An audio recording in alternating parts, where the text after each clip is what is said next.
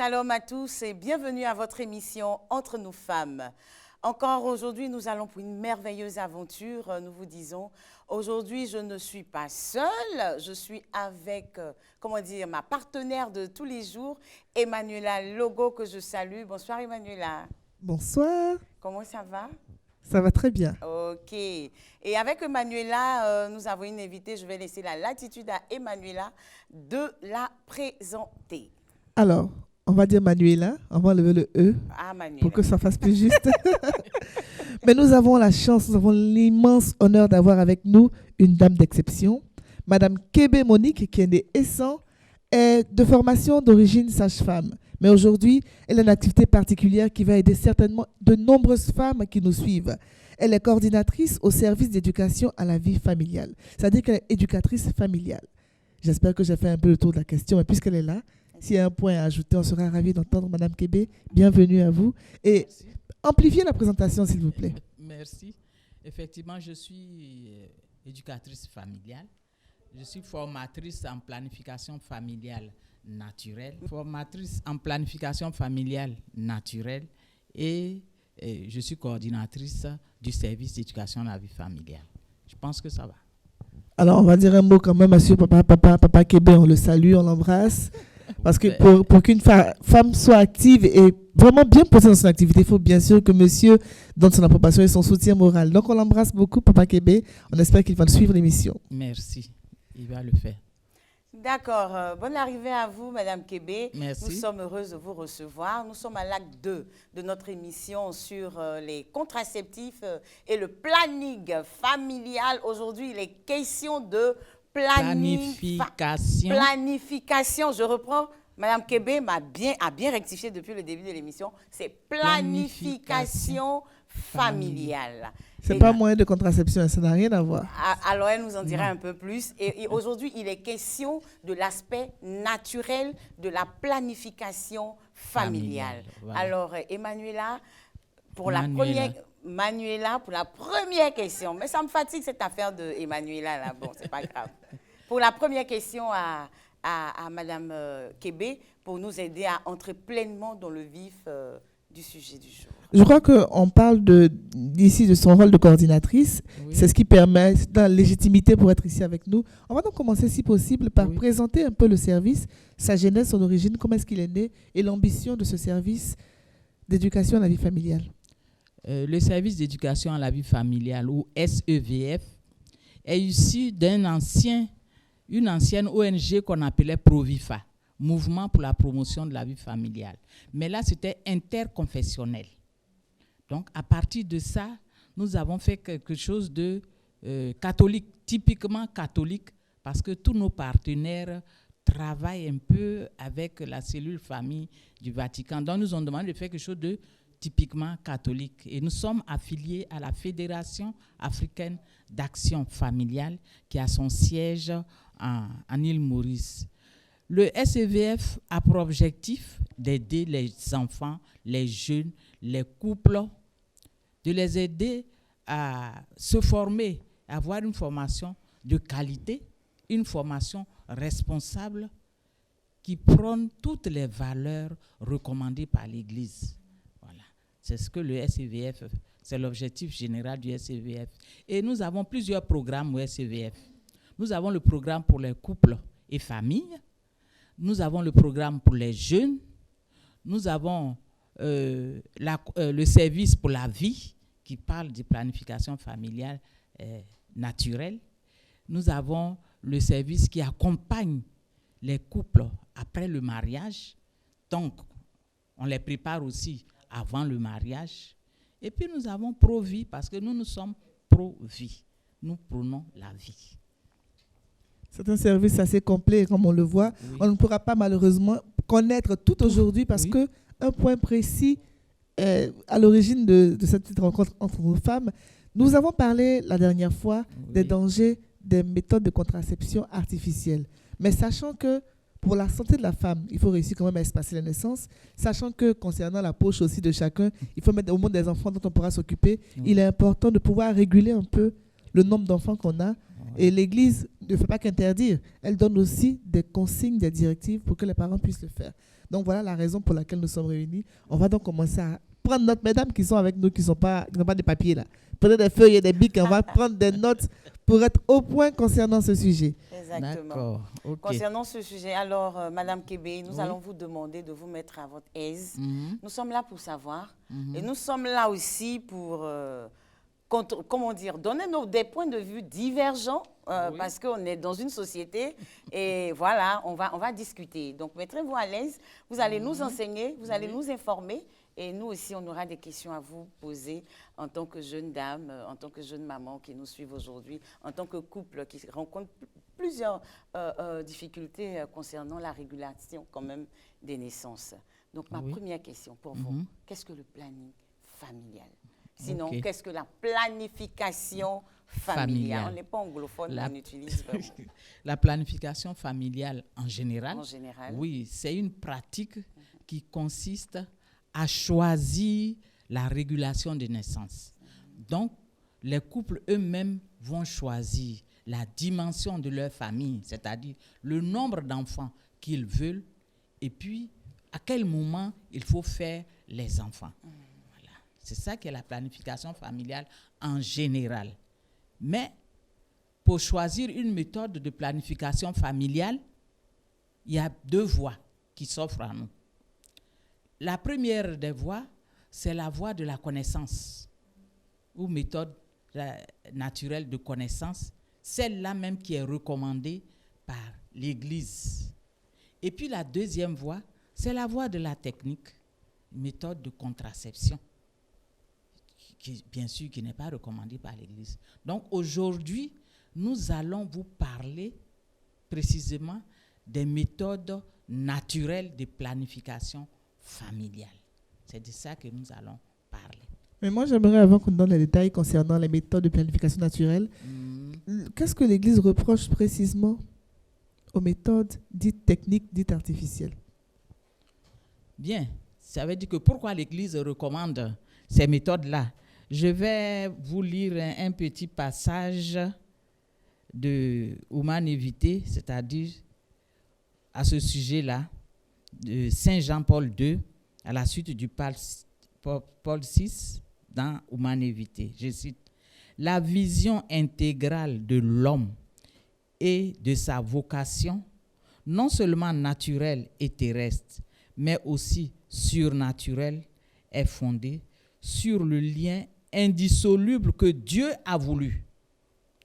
Et l'homme ne peut rompre de son initiative ce lien entre les 2 significations de l'acte conjugal. Les 2 significations de l'acte conjugal sont union et procréation. » Donc, fin de citation. Ils nous disent qu'on n'a pas le droit nous-mêmes de rompre ce lien-là.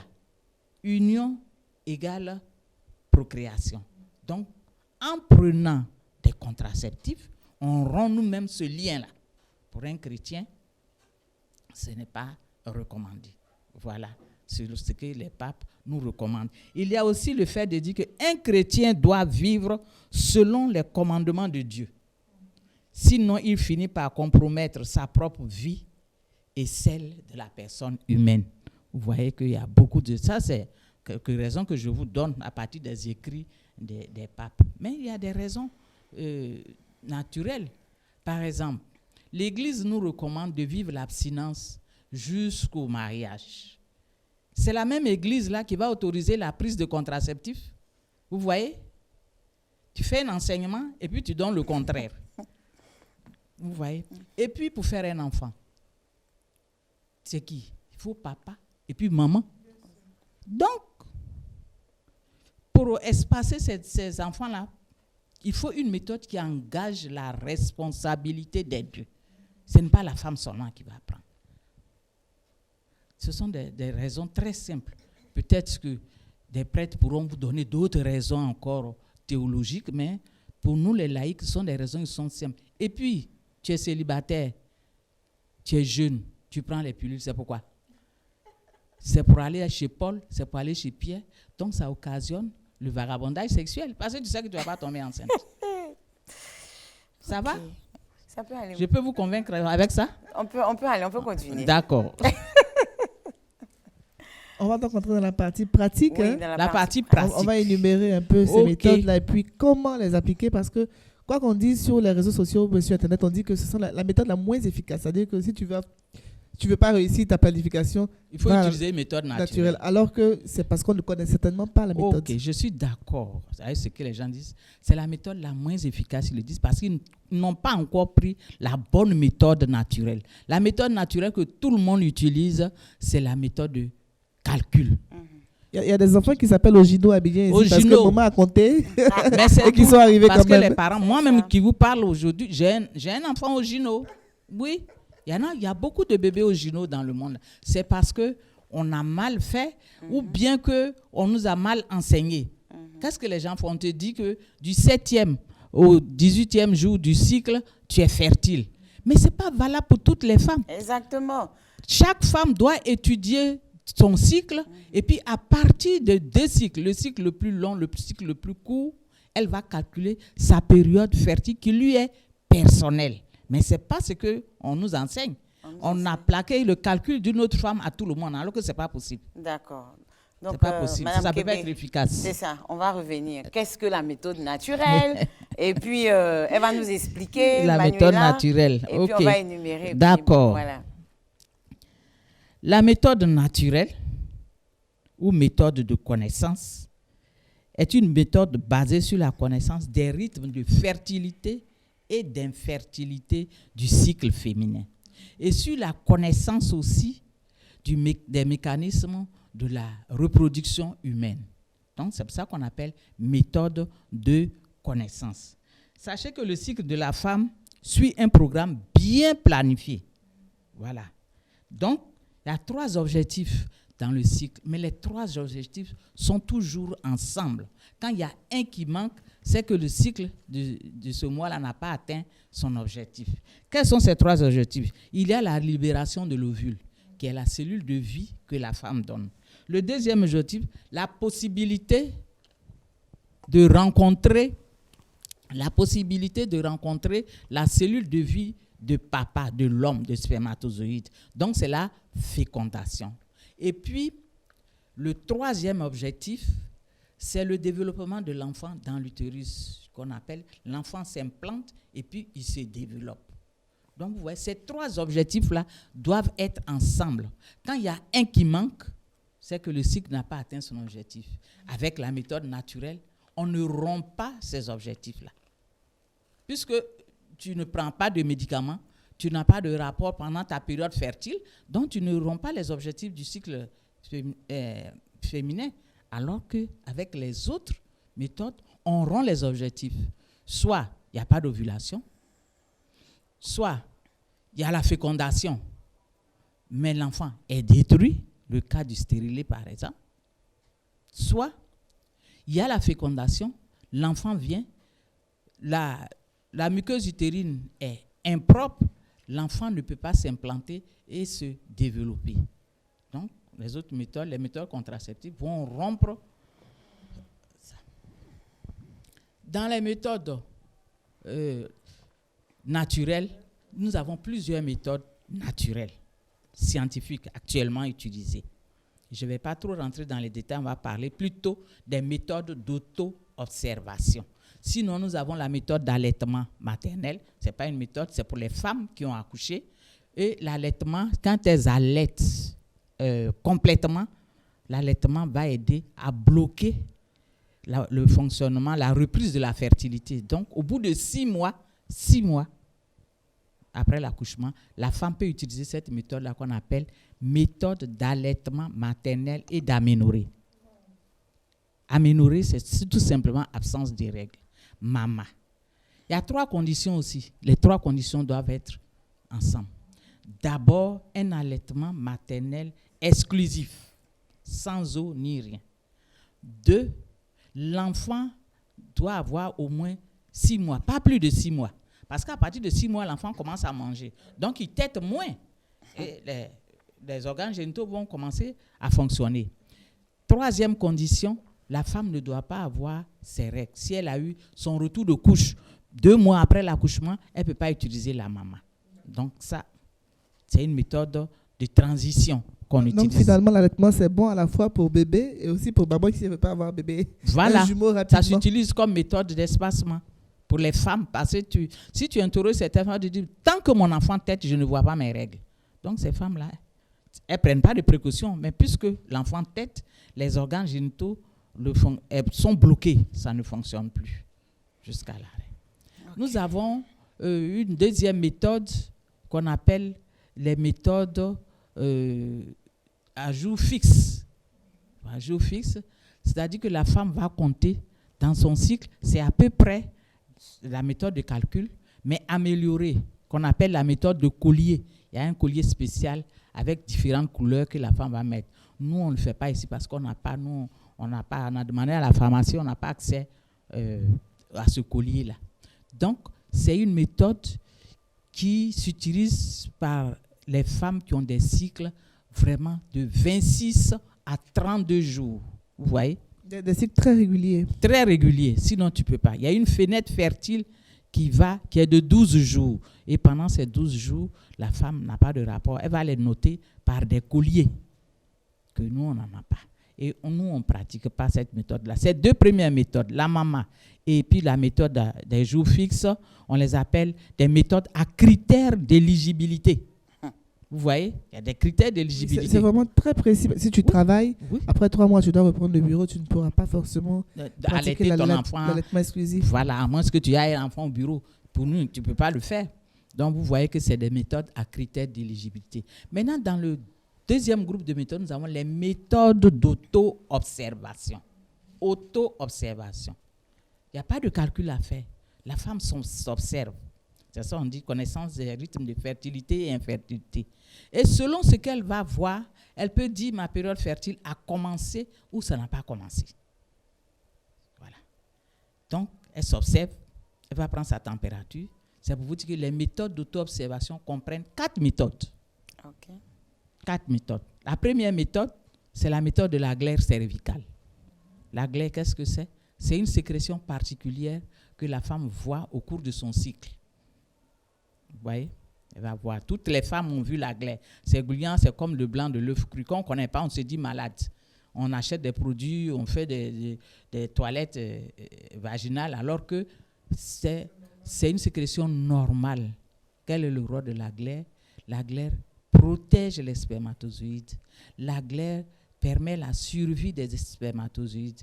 La glaire permet aux spermatozoïdes d'entrer et d'aller à la rencontre du sperme. On va dire que c'est le taxi-compteur de spermatozoïdes quand il le transporte. Amen. Ça, c'est le mot, c'est le taxi-compteur des spermatozoïdes.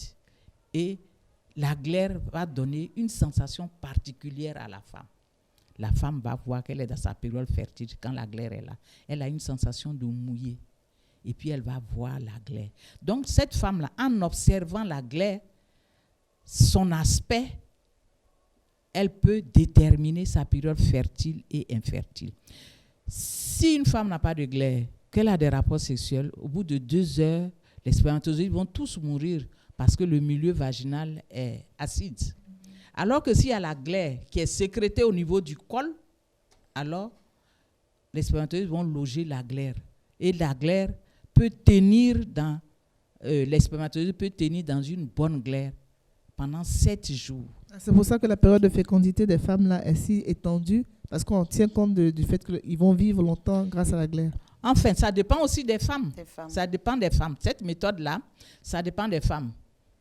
Quand la glaire, c'est dans l'observation que la femme va savoir pourquoi sa période de fertilité est étendue. Il y a des femmes qui ont des cycles courts. Ça peut être de 5 jours, 4 jours. Il y a des femmes qui ont des cycles longs. Ça dépend de la femme. Et la femme qui va s'observer.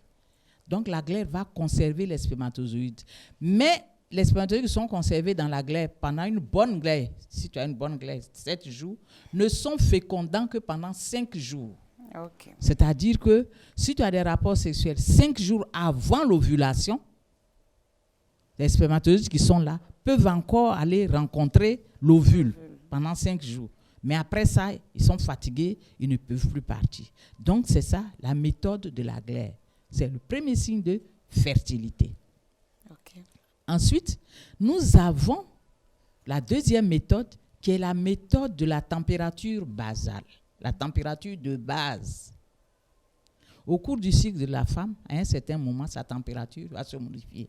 Ça va monter et puis ça va rester en haut plateau. Et ça, cette température ne monte que après l'ovulation.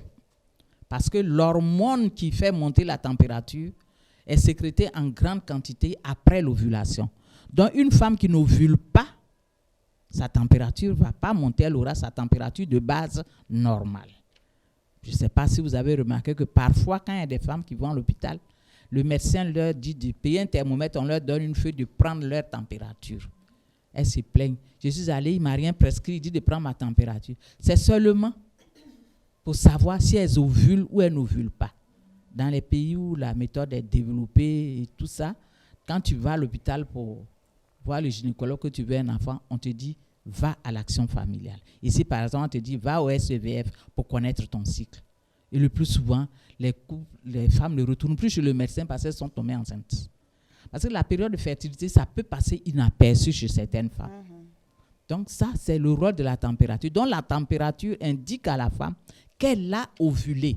Et ça lui indique sa période infertile après l'ovulation, que nous appelons période infertile post-ovulatoire. Cette température, il faut la prendre tous les matins. Au début, c'est contraignant, je préfère vous le dire. Tous les matins, au réveil, approximativement à la même heure. Vous voyez, en général, on se réveille approximativement à la même heure. Tous les matins au réveil, approximativement à la même heure. Et puis, quand tu as pris, ça dépend. On prend la température interne, qui est soit buccale, anale, mais pas la température externe axiale, non. Donc, nous, on a opté ici pour la température buccale. Si c'est buccal là, c'est 5 minutes. Dites buccal, expliquez dans la bouche. Dans la bouche. Voilà. La température dans la bouche. Tu mets le thermomètre, j'allais venir, sous la langue. Tu fermes la bouche pendant 5 minutes.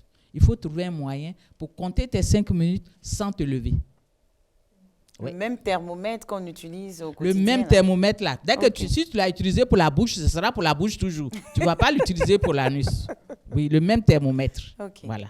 Si c'est un thermomètre, prends la température anale, c'est-à-dire dans l'anus, c'est 3 minutes. Mais nous, on opte pour la température buccale. 5 minutes. Quand tu as fini, tu retires, tu lis ta température et puis tu vas noter. Tout ce qu'on fait à des fiches de notation spéciales que la femme va noter. Ça, c'est la deuxième méthode d'auto-observation. La quatrième méthode troisième d'auto-observation, c'est les modifications du col de l'utérus. Le col de l'utérus, c'est la porte d'entrée de l'utérus. Quand la femme fait un toucher vaginal, la première des choses sur laquelle elle tombe, c'est le col. C'est la porte. Comme un petit. On s'imagine qu'il est loin, hein, quand même. Comme on ne se connaît pas. Oui. Ça dépend. Donc, ce col-là se modifie pendant la période, pendant le cycle féminin. Pendant la période fertile, le col, il est haut, c'est-à-dire difficilement accessible. Quand elle met son doigt, elle est obligée de mettre le doigt plus loin pour l'atteindre. Hein? Il est difficilement accessible. Il est ramolli, c'est-à-dire mou, comme la lèvre. Et puis, il est ouvert. Puisque la glaire est sécrétée dans le col, si la femme a la chance, quand elle va faire son toucher, elle peut ramener de la glaire. Voilà. Ça, c'est cette modification. Pendant la période infertile, le col est bas, facilement accessible. Il est dur comme le nez, ce n'est pas comme un os, et il est fermé.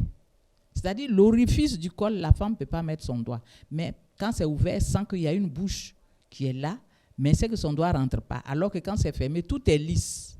Voilà. Ça, c'est les modifications du col de l'utérus. Donc, avec ces différentes modifications, elle peut se situer, soit elle est dans la période fertile, soit dans la période infertile. Ensuite, la quatrième méthode symptothermique, la méthode MAO, c'est la méthode symptothermique. C'est une méthode qui combine les 3 premières que je vous ai citées. Ça combine la glaire, la température et le col. Mais le plus souvent, les gens font la glaire et la température. Ce qui est sûr, ça combine les 3 premières méthodes. Et vous voyez que la méthode symptothermique est plus efficace. D'après vous, pourquoi elle est plus efficace? Beaucoup plus d'indices. Voilà. Vous avez trois indicateurs. Quand même, si tu t'es trompé dans 2, tu ne peux pas te tromper dans 3e. Donc, ça marche. Et puis, ça réduit le temps d'abstinence. Parce que le gros problème des méthodes naturelles, c'est la période d'abstinence. Si on ne veut pas d'enfants. En fait, les hommes, ils ne veulent pas d'enfants, mais ils ne veulent pas s'empêcher de faire ce qu'ils donnent les enfants. Voilà, en fait. C'est ça. Ce qu'ils donnent enfants, là, ils veulent faire, mais ils ne veulent pas enfants. C'est ça le problème. C'est ça que je vous ai dit tout de suite là. Il ne faut pas rompre soi-même le lien entre l'acte conjugal, c'est un lien entre union et procréation. Non. Si tu veux faire enfant, là, c'est union qui donne enfant. OK. Donc, c'est la méthode symptothermique que nous développons beaucoup dans notre structure, les SEVF. Parce que la méthode symptothermique va permettre à la femme de savoir sa période fertile, sa période infertile. Elle va savoir quand un ovule est sorti, quand l'ovule n'est pas sorti. Avec la symptothermique, la femme va savoir que sa période fertile commence par la sortie de la glaire et puis ça se termine par la montée de la température. Voyez? Donc, elle arrive facilement à connaître sa période fertile. Avec l'explication, je comprends maintenant pourquoi est-ce que c'est tellement différent de ce qu'on appelle contraceptif.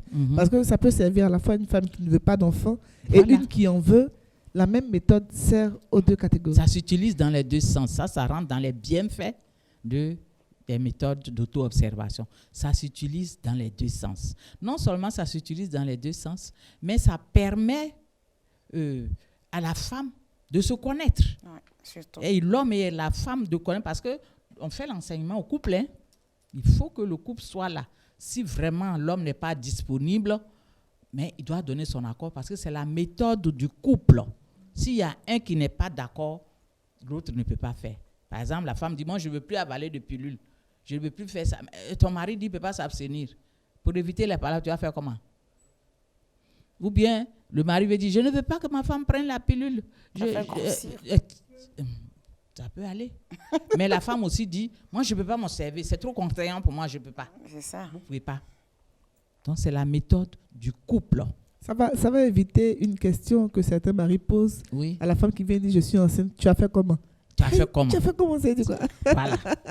Donc, la femme, elle s'observe, il y a un carnet dans lequel elle va noter. Comme le mari lui-même, il connaît. Le carnet là, moi, je mettais mon carnet à mon chevet. Toi-même, tu viens, tu regardes. Est-ce que c'est le moment? Ce n'est pas le moment, tu sais. Sinon, pour éviter les problèmes dans le couple, dès que la femme commence à avoir de la glaire, s'ils ne veulent pas faire d'enfant, elle doit déjà dire à son mari que la glaire a commencé, que sa période fertile a commencé.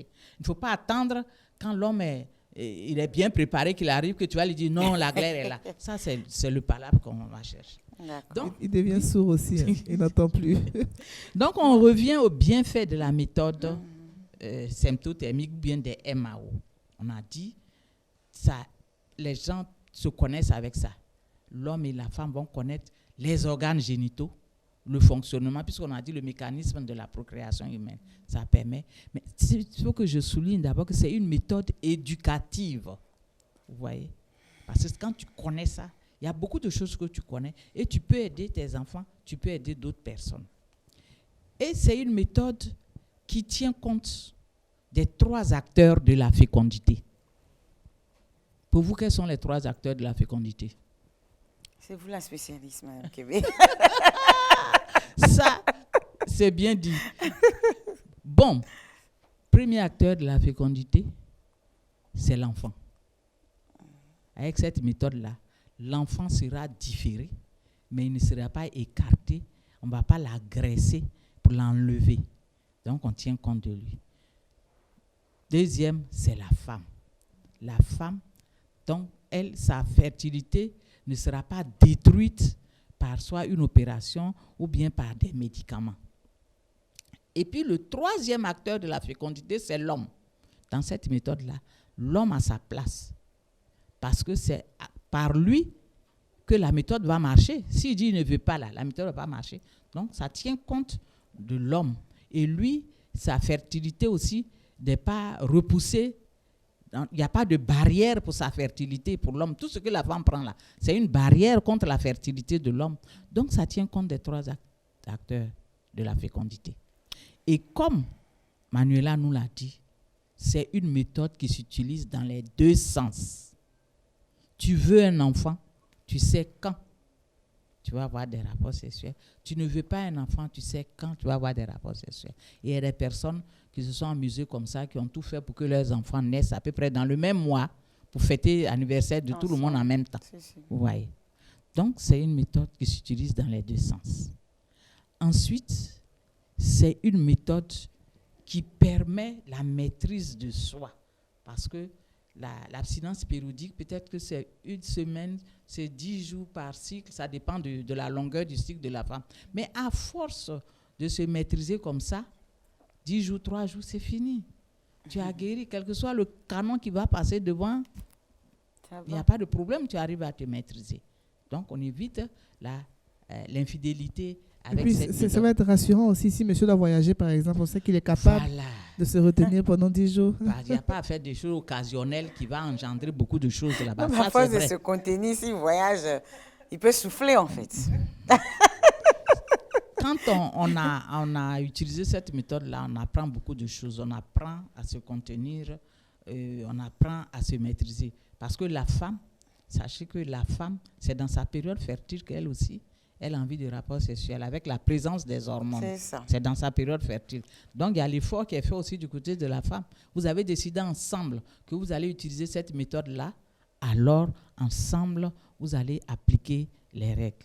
Cette méthode a beaucoup de bienfaits. Ça ne perturbe pas le fonctionnement de l'organisme puisque ce n'est pas des médicaments. Ce n'est pas des médicaments. Et puis, toute personne ayant été formée peut l'enseigner. Tu n'as pas besoin d'être du corps médical. Il suffit, toutes les éducatrices, vous avez vu Rose ici, Rose n'est pas du corps médical. Il suffit d'être formé. Et puis, si tu veux l'enseigner, on te donne encore une formation complémentaire et puis tu vas enseigner cette méthode-là. Avec la méthode, l'utilisation de cette méthode-là, c'est un mode de vie que le couple, puisque le couple, il va parler, il va dialoguer et tout. Vous voyez que c'est une méthode qui a beaucoup de bienfaits. Mais sachez aussi qu'on ne parle pas seulement de la méthode et de sa technique, mais on parle des différents aspects de la vie du couple. On va parler de l'entente sexuelle, parce que quand dans notre programme de formation, il y a la communication, il y a l'abstinence, et puis il y a le suivi. Quand la personne a été formée, tu ne peux pas dire que tu connais la méthode. La femme apprend à s'observer. Elle va noter. Et puis, selon ses notations, l'éducatrice va la suivre, elle va lui donner un rendez-vous. À chaque fois, elle va venir. À chaque rendez-vous, alors, l'éducatrice va lui dire, oui, le cycle a commencé, la période fertile va commencer, ou bien la période fertile est terminée. On lui demande qu'est-ce que je dois faire. Elle doit expliquer. Bon, tu n'as pas vu de glaise, cela veut dire quoi? Si je n'ai pas vu de glaise, c'est que ma période fertile n'a pas commencé encore. Donc, on va lui dire la période fertile n'est pas commencée. Il y a des règles à appliquer.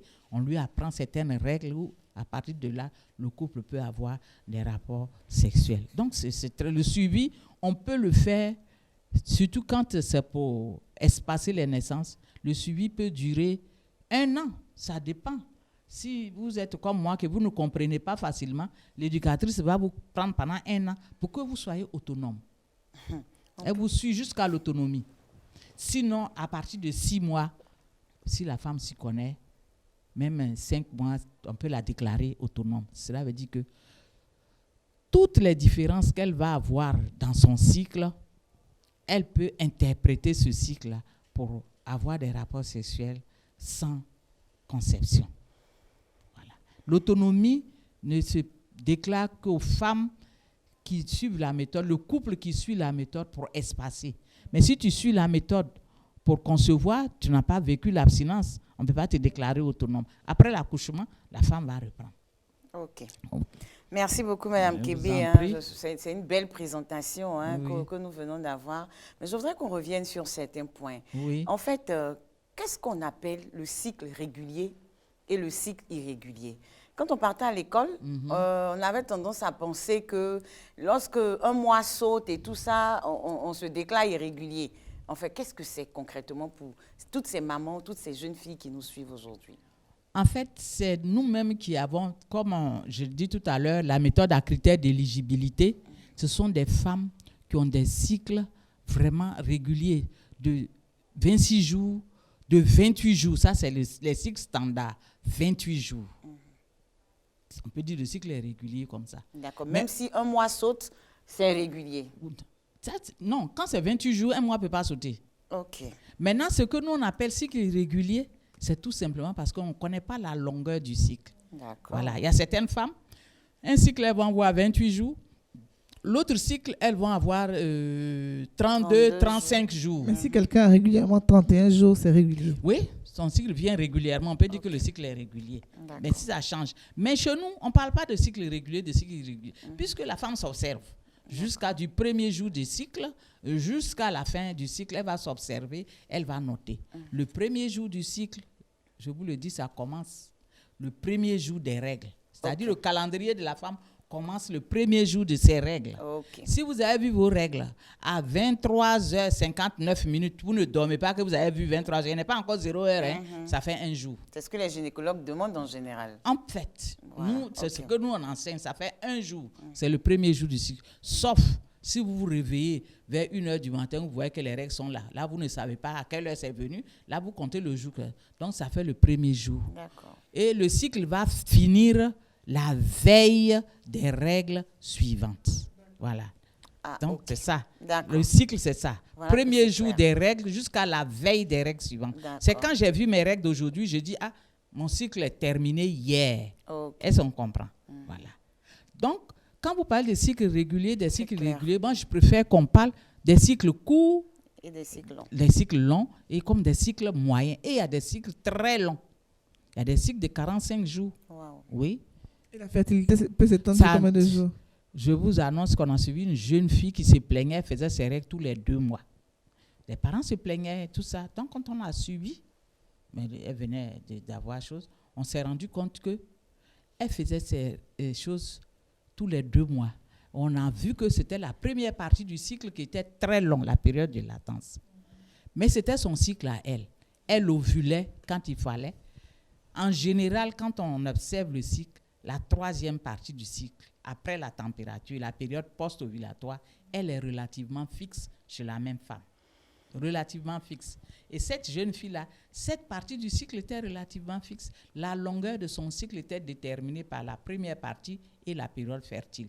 Mais on l'a suivi, on lui a dit que ce n'est pas une maladie. Parce que quand le médecin lui prescrit les médicaments, ça régularise, elle fait ça. Une fois elle arrête les médicaments, ça reprend. J'ai dit, c'est ta nature, c'est comme ça. Après, elle s'est mariée, elle a fait ses enfants. Comme ça. Donc, il y a des cycles très longs. Sinon, il y a des cycles courts, des cycles moyens et les cycles longs. Au lieu de parler de réguliers, irréguliers, voilà. Et le cycle ne peut pas venir tous les 10 du mois ou tous les 15 du mois. Si c'est 28 jours, là. Si tu as un cycle de 26 jours, tu vas dire que tu fais tes règles tous les 2 fois dans le mois. Il y a les cycles de 26 jours.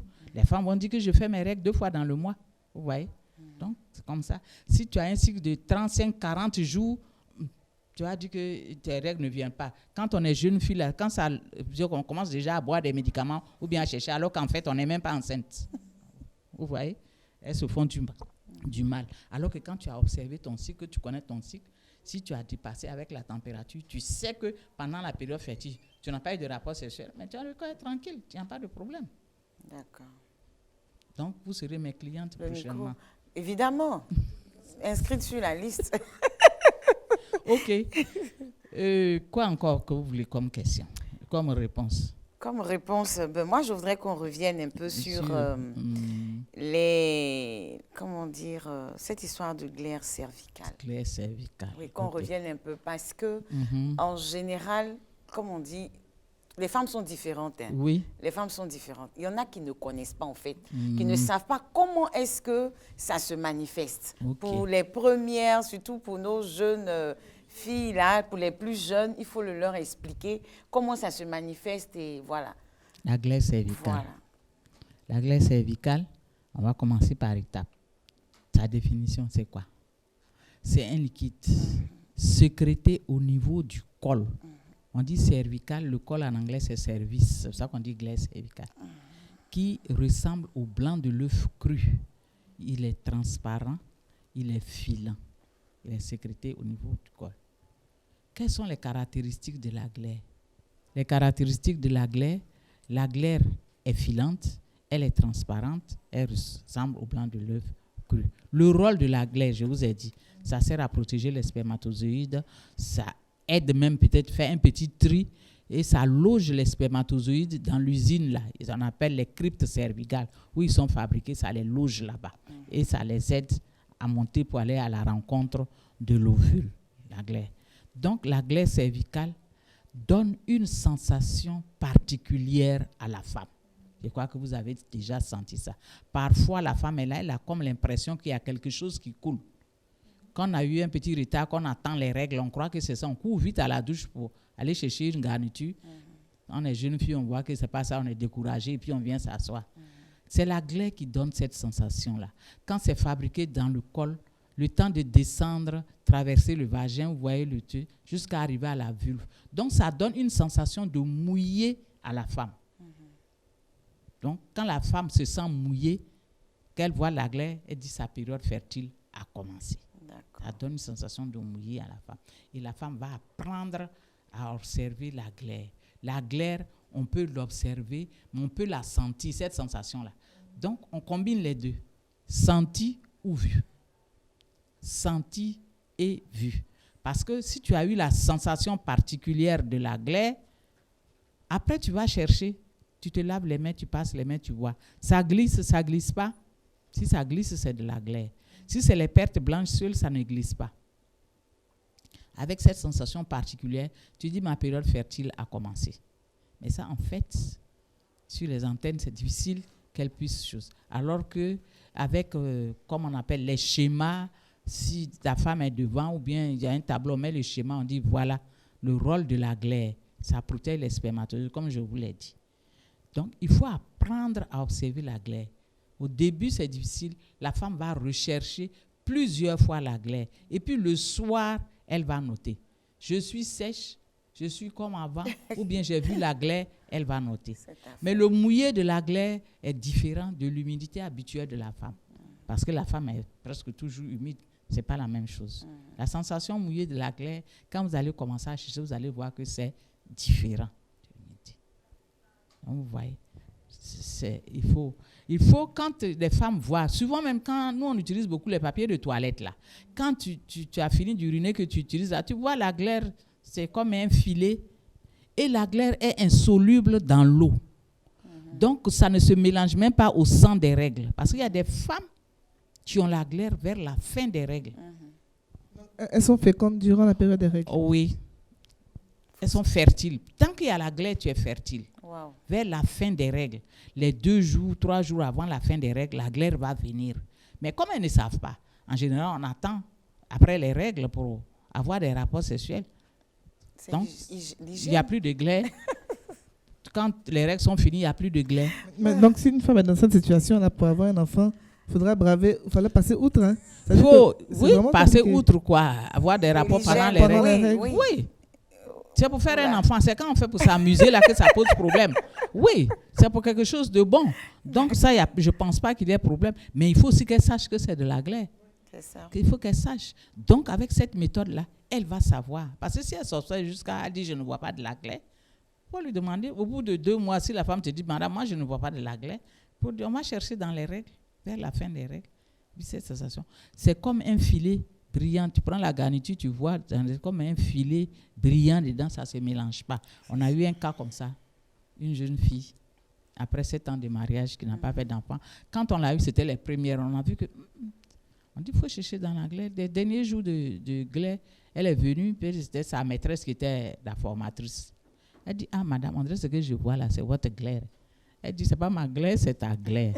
Donc, elle est allée, elle dit, bon, allons, nous sommes entre nous femmes, je vais voir. Elle dit, ah, moi, je pense que c'est de la glaire. Hein. Il faut dire à ton mari, ce sont des musulmans. Elle a dit, non, chez nous, là, on ne fait pas ça dans les règles. Je dis, il faut dire à ton mari, c'est enfant, vous voulez, non. Chez nous aussi, on ne fait pas ça dans les règles. Mais quand tu veux un enfant, tu es obligé. Le temps de convaincre l'époux, c'est passé. Et le mois d'après, on a eu le temps de lui parler et tout ça. Et on leur a conseillé, ce jour-là que vous allez avoir des rapports, vous n'avez plus de rapports, puis on va voir. Le seul rapport qu'ils ont vu, le jour qu'elle a vu le filet de glaire, elle est tombée enceinte. Elle a fait son enfant. Après, quand elle a fini sa formation, elle est rentrée au nord de la Côte d'Ivoire et son mari. 2 ans après, elle nous envoie un nouveau bébé, la photo d'un nouveau bébé dit qu'elle vient de faire son 2e enfant. Voilà. Elle vient de faire son 2e enfant par le même procédé. Donc, vous voyez cette femme-là qui est restée longtemps. Les médecins ont tout fait, on cherche, mais pourquoi est-ce qu'elle ne tombe pas enceinte? Son mari n'est pas malade, elle aussi, il n'y a rien, mais pourquoi? Alors que c'était une histoire de hypofertilité. La fertilité, le temps de fertilité est tellement petit que ça passe inaperçu. Donc, vous voyez, c'est important de connaître son cycle. Très important, je constate. Alors, et la température? Parce qu'il y a des femmes qui sont toujours à une température. Voilà. Comment faire la différence? Mais quand on note, on fait la courbe. Chaque femme a sa température de base normale. En général, une température de base normale ne peut pas dépasser 36,5. Après 37, c'est une maladie. Mais chez beaucoup de femmes, l'élévation de la température puis la stabilisation n'excède pas 37. On est entre 36,2, 37, 36,9. Donc, la femme qui va prendre sa température tout le matin va voir qu'à un certain moment, la température qui était à 36,2, 36,3, 36,4, à un certain moment, elle voit que la température est passée à 36,7. Et puis ensuite, ça continue. Ça reste en haut. C'est-à-dire qu'il y aura 2 plateaux. Le plateau des températures basses et puis le plateau des températures hautes. Mais entre les deux, il y a un escalier. C'est ce qu'on appelle le décalage. Oui? Cela veut dire que c'est l'ovulation qui fait. Donc, après l'ovulation, il y a une hormone qui est sécrétée en grande quantité. C'est cette hormone-là qui permet à la température de monter, qui prépare le corps de la femme pour accueillir le bébé, l'utérus pour accueillir le bébé. C'est ça qu'on appelle l'hormone de la maternité. Bon, je vous donne le nom, c'est la progestérone, l'hormone de la maternité. Donc, c'est cette hormone-là qui va préparer l'utérus pour accueillir un enfant. C'est cette hormone-là qui va faire monter la température. Peut-être qu'on voit avec le corps de la femme a besoin d'une certaine chaleur pour protéger le bébé qui va arriver. C'est cette hormone-là qui va bloquer, par l'intermédiaire du cerveau, bloquer les ovaires pour qu'il n'y ait pas une autre ovulation. Donc, quand une femme est enceinte, là, elle ne peut plus tomber enceinte pendant qu'elle est dedans là-bas. La grossesse a commencé, elle ne peut plus tomber enceinte. C'est cette hormone-là qui va bloquer. Et cette hormone-là va coaguler la glaire dans le col pour boucher le col, pour que le col devienne dur. Ça, la femme est préparée pour accueillir. Donc, à chaque cycle de la femme, si tout se passe bien, son corps est préparé pour accueillir un enfant. Voilà. Ça va? Oui, donc, ça, au début, la température, il faut le reconnaître, c'est contraignant. Mais quand on est habitué, on aura peut-être une semaine de prise de température. Et puis, on ne s'observe plus. Voilà. Quand tu deviens autonome, tu as tes règles, et tu attends jusqu'à la glaire commence. Quand la glaire commence, c'est là que tu prends ta température. Une fois tu as déterminé ta période infertile post-ovulatoire, tu te reposes, tu n'observes même plus la glaire jusqu'à ce que les règles viennent. Donc, au début, toute chose, tout apprentissage, au début, c'est difficile. Il y a des accidents même. Moi, j'ai un point qui me semble, vu que la température doit être prise de façon interne, c'est que souvent, la température externe, celle qu'on sent, peut être trompeuse. Oui, le plus souvent. Parce que je ne sais pas sur quoi vous fiez pour dire que la femme, son corps est chaud ou bien quoi. Pour la toucher ou dire son corps. Il y a des personnes qui ont une température qui sont un peu plus chaude. Mais bon, ce n'est pas l'élévation de la température qui fait du corps d'un malade, c'est sa nature à elle. Mais en prenant la température, vous avez dit que chaud qu'on voit là, mais ça n'arrive même pas à 37 même. Ça doit être 36,7, 36,6. Puis c'est sa manière. Mais si elle est déjà sa température normale à 36,6, quand ça va monter, ça va arriver à 37, 37,2, mais jamais ça dépasse ça. Elle sait qu'elle n'est pas malade. Quand tu sais que tu es malade, ta température va monter en flèche. Et ça aussi, il faut le noter sur la feuille. Quand tu fais une insomnie, ta température a monté. Si tu prends des médicaments, ça peut agir. Donc, si tu prends des médicaments, tu as mal dormi, tu es réveillé tôt, tout ça, tu dois noter sur ta feuille pour qu'avec l'éducatrice, vous pouvez voir pour interpréter. D'accord. D'accord, Manuela, si tu n'as plus de questions, on tire à la fin de notre émission. Si tu n'as pas de questions, on va laisser la parole à Mme Kébé pour sa conclusion, pour les petits conseils et tout ça. Donc, voilà. Bien. Merci encore une fois de m'avoir donné vraiment l'opportunité de parler à la télé. Je ne sais pas si j'ai fait ça il y a longtemps ou bien j'ai fait ça. Mais merci. Notre problème à nous dans le service, c'est que les chrétiens catholiques accueillent cette méthode que nous leur proposons. Mais nous disons que pour que cela accueille, c'est l'Église, les responsables de l'Église, je vais parler de nos prêtres et tout ça là, qui doivent encourager parce que les brebis vont dans le sens où va le berger. J'ai remarqué que des paroisses qui nous appellent, ou bien qui, pour faire cette méthode-là, c'est que des curés, ou bien il y a un prêtre de la paroisse qui nous appelle pour dire, voilà, par exemple, dans l'école de mariage que nous faisons, il y a le volet parenté responsable, planification familiale naturelle, et on profite pour former ces jeunes couples qui se préparent au mariage pour faire. Donc, il faudrait que nos autorités religieuses s'approprient vraiment cette méthode parce qu'ils nous font des recommandations, bien sûr, comme vous le dites, mais est-ce qu'ils mettent les moyens à la disposition des chrétiens catholiques pour ne pas utiliser la pilule? Qu'est-ce qu'on fait pour ne pas utiliser la pilule? Donc, il faut que les gens soient formés. Effectivement, quand on parle de méthode naturelle, la méthode naturelle que nous connaissons n'est pas efficace. Manuela l'a dit, il y a beaucoup de bébés oginaux. Moi-même, j'ai un bébé oginaux. Vous voyez, avant de découvrir cette méthode-là, j'ai fait. Mais les méthodes d'auto-observation sont efficaces. Et ce sont des méthodes éducatives. Ça forme. Avec les méthodes naturelles en général, surtout méthodes d'auto-observation, on vous apprend à pêcher. On ne vous donne pas du poisson. Vous connaissez cette méthode-là. Vous pouvez peut-être enseigner d'autres personnes ou bien donner des indications. Si tu connais un peu les organes génitaux, comment ça se passe. Mais tu peux discuter des organes génitaux avec ton enfant sans lui dire que tu peux avoir des rapports ici, tu ne peux pas avoir, mais au moins c'est que l'appareil génital lui a expliqué. Parce que l'enfant souvent pose des questions. C'est ça. Donc, c'est des méthodes éducatives et puis ça permet d'aider.